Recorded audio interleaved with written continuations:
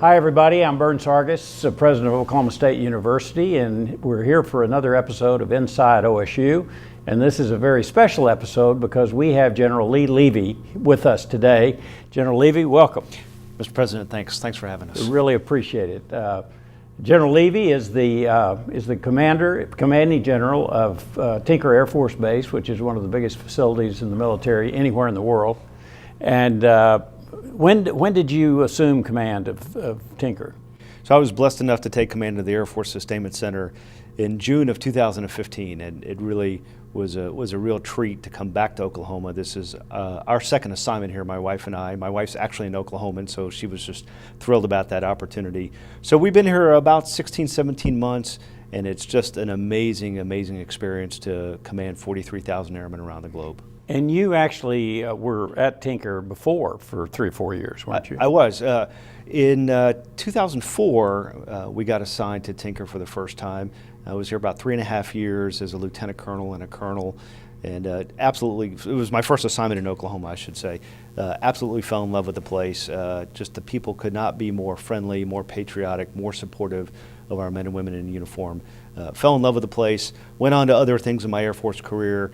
And if you'd have asked me then when I left, would I ever come back as the commanding general of the Sustainment Center headquartered at Tinker, I would have said, no way in the world. Then when the chief and the secretary offered me this position, I couldn't say yes fast enough. Well, and your wife is probably barking in your ear too. She's thrilled. Well, interestingly enough, I didn't tell our Chief of Staff of the Air Force. I didn't remind him that my wife was from Oklahoma until after the Senate had confirmed me, because I didn't want him to change his mind. And he said, "Oh, that's right. I forgot she's from Oklahoma. We never want to send anybody that makes their family happy." So he was just kidding, of course. Well, we are here in the ROTC Center for Air Force and Army ROTC programs. And I think it might be interesting to, especially the cadets that we have here, but I'm sure all of the OSU family, kind of take you through this process that led you to this commanding general position. Where were you born? Where were you raised? So I'm 100% Cajun. I was born and raised in New Orleans. Grew up in New Orleans. I grew up about 4 blocks from Tulane University. I got family all over South Louisiana. My family came to South Louisiana in the late 1800s from France. So I grew up there. My mom and dad went to Tulane, and I broke their heart by going to Louisiana State University. As you know, that's a big in-state rivalry. So I'm an LSU graduate. I always knew I wanted to be an airman. I've had a passion for airplanes and aviation, and also I believe that everyone should serve the nation. And so I always saw myself in the future as a kid growing up. What did you study at LSU? I was a business major. I started off as an engineering major, and I wasn't quite as disciplined as I should have been, frankly. I regret that now. I wish that if I could sort of set the clock back, I would have done that differently. But which worked out pretty well for you. I suppose, but still, I never like to think that I didn't give my 100% dead level best at something. And so if I could have set the clock back a little, I might adjust that a bit. So did you go right into the military after LSU? I did because I went through the ROTC program at Louisiana State University. Now, I was a commercial pilot. I flew through college and a little bit after I got my commission. Before, there was just a waiting period between the time when I received my commission and the time I actually went off to begin my active duty service. So I did that, but in essence, straight from ROTC onto active duty, off to technical training, and then so let's see, I've been in 31 years now, lived in 19 different places, not including the multiple deployments around the planet, depending on what time period and what hotspot was going on in the universe. And it's been an amazing journey. And if you'd have asked me when I came in, would I still be in uniform, I would have said, no, but heck no. I thought I would do 4 years, get out, take my business degree, go make $1 million or do something along those lines. Here we are 31 years later. Still in uniform, still loving it. And I think the lesson for me is bloom where planted, and the amazing opportunities that you'll get presented. Well, speaking of that, you were a pilot. I was. So naturally, if I were guessing what your career path was, it would have been to be an Air Force pilot. Why did you decide not to do that? So I love aviation and I love service to the nation, but I knew myself well enough that I knew that I didn't want to fly for a living. I love to fly. I like it better when someone else is paying for the gas, trust me. but I really enjoy leading people and working with our nation's airmen. And I thought that if I spent an Air Force career in a cockpit flying an airplane, I might get a little restless. It's part of knowing yourself, right? And so I wanted to do something else. I have a business degree. I thought it would be something in procurement or contracting or something like that. The Air Force had other ideas. They said, no, you're going to go be a munitions maintenance officer and work with nuclear weapons. And I thought, okay, that makes sense. Business degree, nuclear weapons. Right. But that's what the Air Force asked me to do. And so off I went in a career of munitions maintenance, aircraft maintenance, logistics, and nuclear operations. And it's been an absolute blast. So you actually were responsible for being sure our nukes worked when we needed them to, God forbid. Yeah, yes, sir. And that's exactly sort of how I viewed it. I wanted them to be absolutely in perfect operating condition. I wanted to make sure that my team and I delivered the most fearsome, fearful, awesome combat capability our nation could muster, not because we wanted to use them in an aggressive way, but because deterrence is only of value if the enemy believes you have the capability and the national will to use it. And so I wanted to make sure that from a nuclear weapons perspective, now remember this was the Cold War, the Soviet Union and all of that, but I wanted to make sure that, you know, at least from my part of the Air Force that I was in charge of, that our capabilities would be absolutely ready to go, and that no one would ever test our will, at least in my organization, about our ability to project combat power on behalf of the nation. You talked a lot about or talked some about all the different deployments that you've had through the years. When people are considering a military career, that can be a complication for spouses, I assume. Very much. How did you navigate those waters so well? Well, you'd have to ask my wife about whether I did it well. I would say I navigated them. She might have a different view as to whether I did it well. A couple of things that I would tell you is we recruit, in the Air Force, we say we recruit airmen, but we retain families. If your family isn't happy, if your spouse doesn't have employment opportunities, if your kids don't have an opportunity to go to good schools, then we won't keep you in uniform. And so we spend a lot of energy inside of the Air Force and the other services. You've invested a lot of money in the training of this person. Absolutely. If you think of what it costs to train a pilot, for example, millions of dollars. Why would we want to let that capability walk out the door? So we work very hard to make the families feel a part of our Air Force.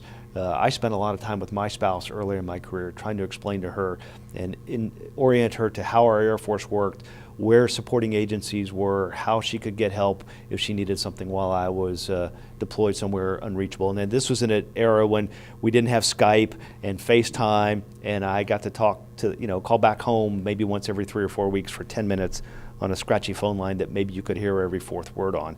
This was when letters were the order of the day, not emails. But also being in great units with great leaders who knew that taking care of families, particularly the families of deployed members, was their job as the leader of the organization. And so those are a couple of the ways that we navigated it. But I will tell you, people often think that the member pays a heavy toll for being deployed. Quite often, I would tell you, it's but a fraction of what the families pay. Yeah. So eventually, you made your way up all the way to 3-star general. There's not many stars left after that. Describe Tinker Air Force Base for our viewers. It's an amazing reservoir of aerospace capability for the nation. That's how I would describe it. 5,500 acres, about 30,000 people come through the gate every single day. And so I'll kind of bound the problem a little bit. Inside of the state of Oklahoma, there are about 36,200 people that work in the aerospace economic sector. 30,000 of them work on Tinker Air Force Base. It's about $3.2 billion worth of economic activity inside the state of Oklahoma. That doesn't include the supplies and equipment we buy. That's salaries and secondary economic effect. But inside of the fence line, which to some people is sort of a big black hole, because you can't get on the base, and particularly after 9/11, the security posture at military installations has become a lot more restrictive. They're taking care of B-52s that date back to 1961. They're performing modification and overhaul on KC-135s. The Navy E-6B Mercury Take Charge and Move Out command and control airplane is based and flies out of there, which is our airborne command post for nuclear command and control. We have people at I mean, those are the ones that spin the long cords or radar. Well, those are the AWACS guys you see with the big dish on top, and those do Right. airborne command and control. But the Navy airplanes, the white ones, trail a 5-mile long antenna that allows them to talk to submarines if, heaven forbid, we should ever have to do that.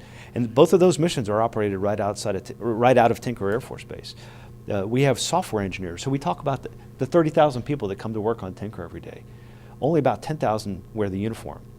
The other 20,000 or so wear what you wear to work. They're civil servants. They're our commercial partners who help us do things like write software code for Space Fence, our newest space-based surveillance, write software code for the F-35 or the next B-21 bomber, doing amazing things that you would probably never expect happen right here in the heart of Oklahoma, but happen every single day and make our nation's Air Force the world's most respected airspace and cyber force. Amazing. How does Tinker compare in size to other depots? So all of the depots belong in my command, so I'm lucky enough to have that responsibility. Tinker is the largest. It is the largest in the Department of Defense, not just inside of the Air Force.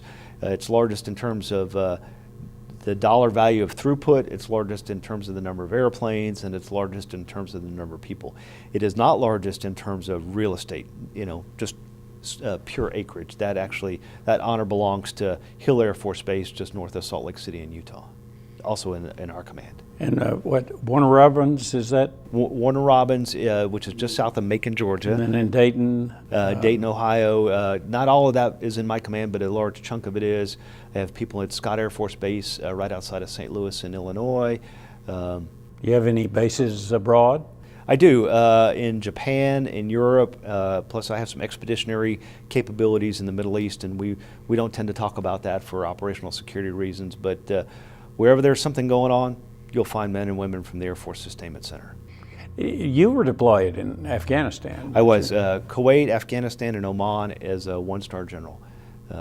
So it just goes to show you, even when you're a general officer, you were just an airman. They called me and they said, Levy, grab your stuff, time to go downrange. And as any other airman would do, grabbed my rucksack, grabbed my body armor, got on an airplane and went downrange. In fact, I went there as a one-star. I'd been selected for my second star, and I pinned on my second star while I was deployed. Just goes to show you that when you're an airman first. Your rank is your secondary consideration. You do what the nation asks you to do. What, as long as we're on the Middle East, and you obviously have experience and no doubt opinions about where we are there and what the future holds. What is your take? Because I think most Americans feel that it's almost hopeless, that everybody's against everybody, and you can't figure out who's shooting at whom. So a couple of thoughts on that. First, I would repeat something I heard our Chief of Staff of the Air Force, General Dave Goldfein, say recently, and he and I have worked together in jobs past, and I think he's on the money. So we think about what happened on 9/11, and we've sort of been at war for about 15 years or so. His thought, and the thought of some of our other senior leaders, is we were about 15 years into a 30-year war. And for Americans, that's a really difficult concept for us. Unprecedented. It really is. But it's a concept that we're not used to as Americans, because we view warfare historically as something, we pack up our equipment and our men and women, we go to wherever the activity is, we unpack, we fight, we pack up, we come back, and it's a fairly contained activity from a timeline perspective. The kinds of wars that we see unfolding in the Middle East region are not quite that tidy. They are really about changing cultures and perspectives. And so I think I'm with the Chief. We're probably about halfway through a 30-year war. The other thing that's important to understand, I think, is not just the military component. It's the diplomatic, the informational, and the economic component of what causes conflict, right? And one of the things that's really essential, I think, for all of us to remember is that until we can change the economic outlook and give young men and women in that part of the world some economic hope that tomorrow will be a better future for them than today is, then we'll have a very difficult time, I think, this is my opinion, I think we'll have a very difficult time getting young men and women to put down their weapons, not strap on an explosive vest, and worry about a future because they have the opportunity to have a better future than they have today. Yeah. People do crazy things when they have. It is kind of hard to learn skills that can improve economic development when they're shooting at you. That's very true. But I will tell you, it certainly focuses your attention in a sometimes not really good way. But I think our nation's goal would be to have a stable, secure, and prosperous Middle East. I've always been of the opinion, if you have a job and some prospects for a better tomorrow and maybe a family, although that's certainly not a prerequisite, you're much less likely to grab a rifle and do something nefarious. You're much more likely to say, you know, I've got something at stake here. I've got hope for tomorrow. Maybe I'll get up and go to work instead of grabbing my AK-47. Yeah. Yeah, it's religious wars they go on a long time. They can. We had the Crusades. So there's certainly a religious component. There's a lot of people who opine, and I'm clearly not an expert here about the Sunni-Shia split, and is this a religious-based war? The U.S. doesn't view itself at war with the Islamic religion, the Sunni or the Shia aspects of it at all. But inside of the Middle East, where you see some of that conflict inside of the Middle East, I think there's certainly a component of that. Part of it is long-standing cultural enmities that have festered for generations before you and I came along. One of the things that we see in the Middle East that sometimes we don't see in other parts of the world is a certain level of strategic patience. You know, they say, well, we've sort of behaved like this for hundreds or thousands of years with respect to our neighbors or other tribes or other religions or other countries. We're willing to do that for a few more generations. To us as Americans, that's a concept that's a little difficult for us to relate to, because we're a relatively young country and we don't have those sort of historical connections that go back generation over generation. In terms of the military's capabilities, especially the Air Force, are we as prepared, are we as armed as we need to be? Well, I would simply quote what our chief and our secretary have said as recently as our Air Force Association Aerospace and Cyber Conference at the middle of September. Your Air Force, your United States Air Force is the smallest it's ever been. It was over 600,000 when I came in. It's about 315,000 now, active duty. It's the oldest it's ever been, with the average fleet age of 27 years of its aircraft. And it's the busiest it's ever been in a world that's the most dangerous it's ever been. Only about 50% of our fighter squadrons are at full spectrum readiness. That gives, as a war fighter, as someone that you turn to fight and win our nation's wars, that gives me pause. It gives me a reason to stop and think, what else can we do inside of the Department of Defense to make sure that we have even more readiness and more capabilities that synchronize with the President's budget submission to Congress, so we can be as best prepared as possible to fight and win our nation's wars. Is there any argument that the wars of the future are going to be fought on computers, that cyber warfare is going to displace the traditional kinetic wars that we've had? I don't know that I wouldn't say it as an either or, frankly. That presumes it's either cyber or some sort of kinetic. I think it'll be much more hybrid. I think that wars of the future will happen very, very quickly across multiple domains. And when I say that, air, space, cyber, land domain, the maritime domains, they'll happen all simultaneously, or almost simultaneously. And they'll happen in a variety of places.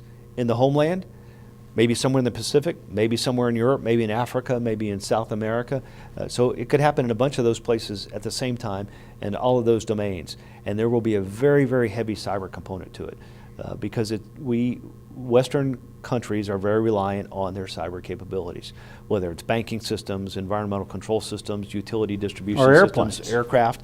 I mean, aircraft of today are giant software containers. When I look at whether it's a commercial airliner that has some airline's name painted on the side, or a large airplane, or even a small airplane like an F-35 that says United States Air Force on the side, they're full of software. In fact, the KC-46, the newest tanker that's getting ready to come into service in the United States Air Force, has approximately 3 billion lines of software code embedded in it. So that presents great opportunities and capabilities in the platform, but conversely it presents some risk. Now, rest assured, we're very sober about what those risks are. We're very cognizant of them.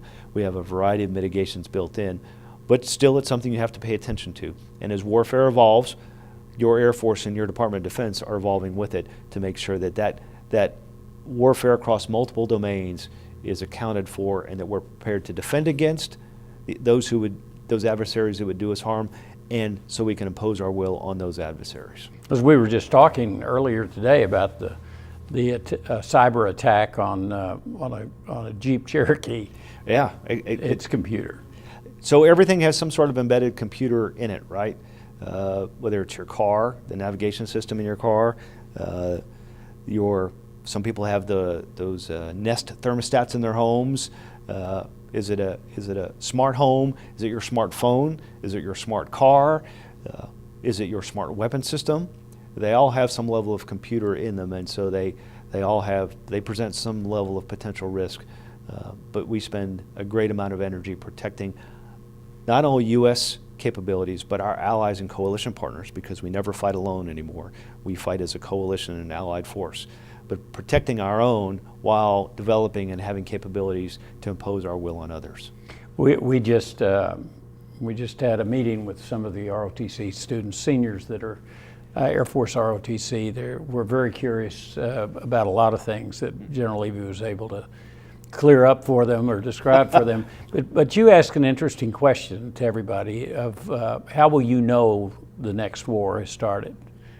In fact, I have that conversation a lot with young military leaders, because particularly after 15 years of counterinsurgency warfare in Iraq and Afghanistan, we think that's what all warfare looks like, and I would tell you that that's what a certain kind of warfare looks like, but warfare is really across a broad spectrum of capabilities, from not very sophisticated counterinsurgency all the way up to near-peer state-on-state conflict. But back to our conversation about cyber threats and capabilities and vulnerabilities, one of the questions I ask is, how will you know? And usually I'll get something like, well, we'll see it on the news, or there'll be an explosion somewhere. I would opine, well, maybe the GPS in your car will quit working. Maybe the ATM machine will quit working. Maybe somebody will launch a distributed denial of service attack on a variety of our economic and financial institutions, or on a utility distribution grid. And then what will we do? Are we prepared? How will we as a nation reconcile that inside of the nation?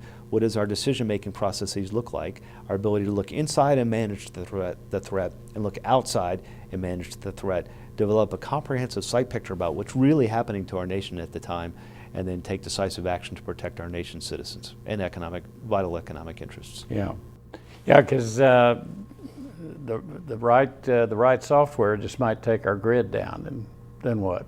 It's something that we as a nation, not just the Department of Defense, but I know the Department of Homeland Security and other aspects of our federal government put a lot of effort. I was going to say energy, but that maybe is a bit of a pun, but they've certainly put a lot of effort into protecting those utility grids and those other control systems, to harden them against those cyber vulnerabilities, to protect not only their capabilities, but to protect the homeland.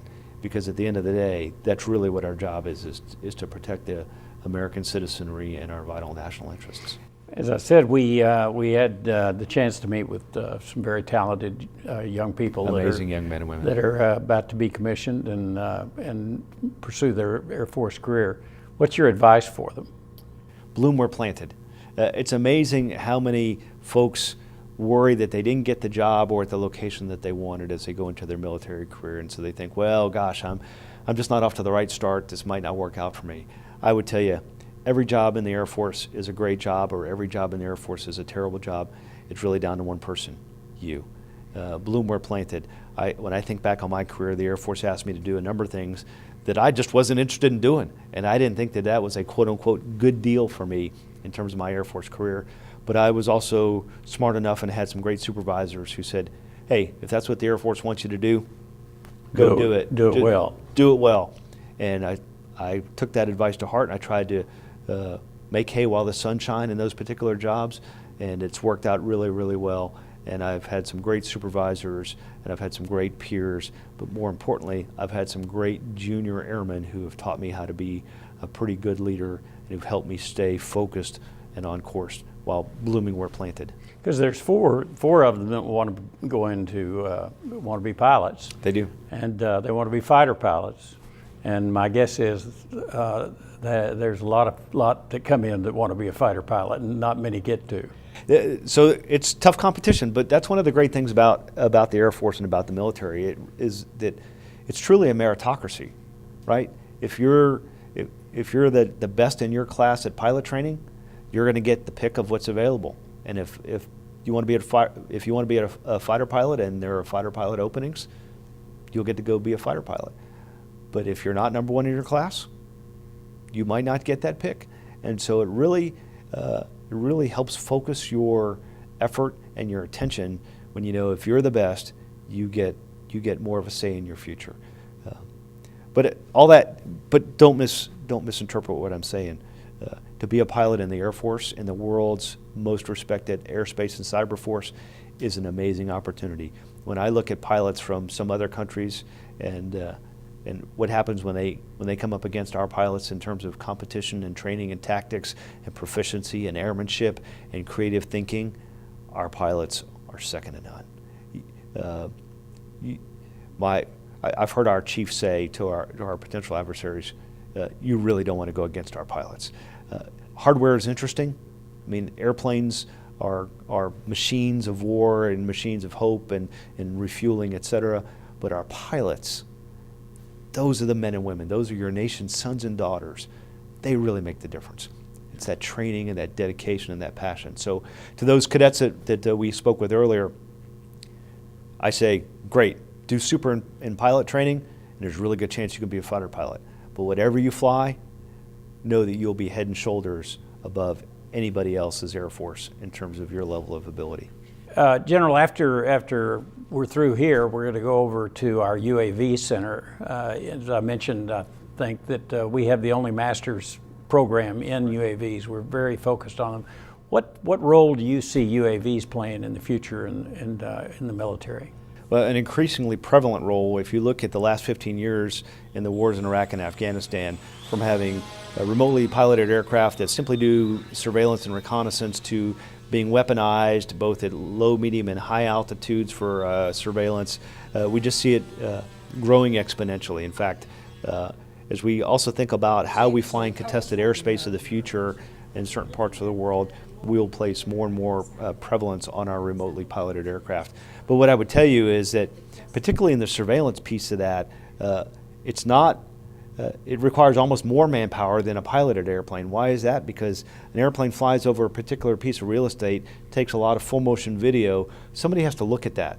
You know, that it's bounced off of satellites or what have you back to some place where some human beings still have to look at that and say, those are friendlies, those are not friendlies, what should we do about it? And so how we manage the data streams that come off these remotely piloted aircraft are absolutely essential. And then the next natural evolution is, how do we swarm them? How do we use them to mass effects against an adversary? Then how do we integrate manned and unmanned platforms in the same battle space so they can communicate, machine-to-machine communication?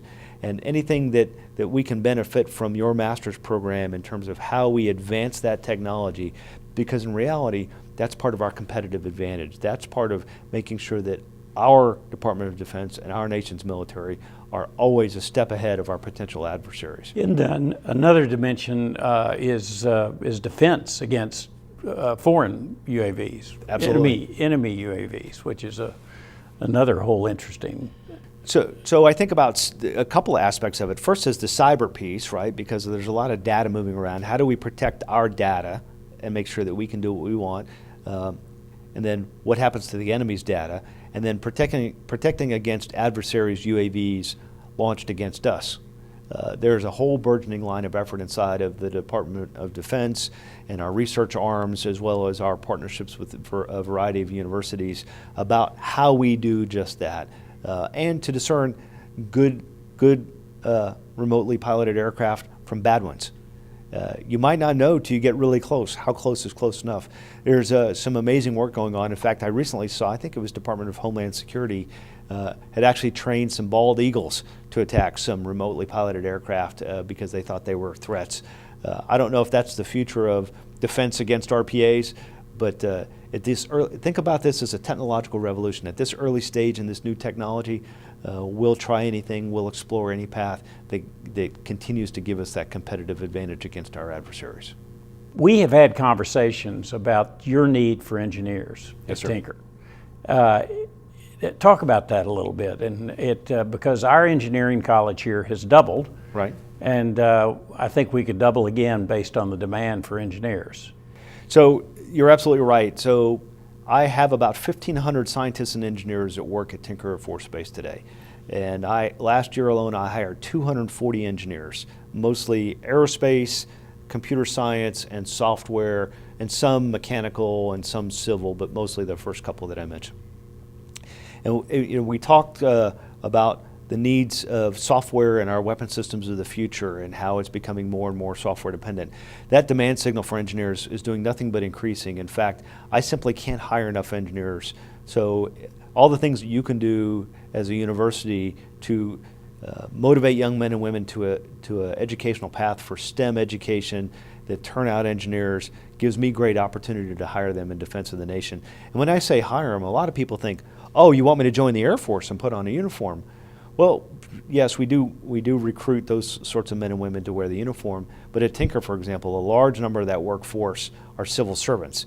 So they're native Oklahomans in many cases, Oklahoma born, bred, educated. They work at Tinker 20, 30 years. They add tremendous value working on all sorts of modern weapon systems from, as I mentioned, space fence and space surveillance and nuclear command and control, satellite control programs, all the way to taking care of B-52s, the last one of which was built before I was born and will be in service till 2040. So that demand signal on behalf of your United States Air Force will do nothing but increase. But as large defense firms like Boeing and Northrop Grumman bring more and more of their workforce into Oklahoma, they too will put a demand signal on that engineering talent that comes out of Oklahoma State. So we are very happy about our partnership with Oklahoma State. We want to nurture that. We want to grow it and sustain it, not only for my own sort of selfish needs at Tinker Air Force Base, but for the benefit of Oklahoma as we increase the presence of the aviation and defense sector as part of an increasingly diversified economy inside of the state of Oklahoma, which I think benefits all Oklahomans going forward, and not just those of us in the defense sector. Now, you're a native Louisianan and Cajun, as you describe your heritage, but you're going to, like so many other base commanders at Tinker, when you do hang it up, you're going to be an Okie. I am. So I married an Okie, obviously truth in lending, and a number of years ago, long before we ever had any earthly idea that we would come back to Tinker in this capacity, my wife and I had a discussion about where would we retire when that day came. And she said, she asked me where I wanted to retire. I said, well, there are a few places I don't want to retire. And it mostly involved Afghanistan. places. Afghanistan. Yeah. Although it's a beautiful country, if we could, that once the political situation stabilizes, it'll be great. And it's on the mend, which is good. But there are places that I didn't want to live, mostly those that involve snow blowers and snow shovels. It's not my cup of tea. For those of you who enjoy that, more power to you. Not my cup of tea. But she asked, well, how about retiring to Oklahoma? And I thought about it for about half a millisecond and said, absolutely. As I shared with you before, Oklahoma is a great state, great citizenry, loves the military, can't do enough for the military men and women in the state. And I also say that Oklahoma is, without a doubt, the worst place to ever have a flat tire. Why is that? Well, because the problem is you will cause a traffic jam for all the people pulling off the highway to help you out to change it. And that's a great problem to have, but I can tell you, having moved many times and lived many places in my military career, that is not the case in many places. There are a lot of places I've lived where they would yell at you driving by, things that you wouldn't want to repeat to your grandmother. But in Oklahoma, it's a traffic jam for everybody pulling off to help you change that tire.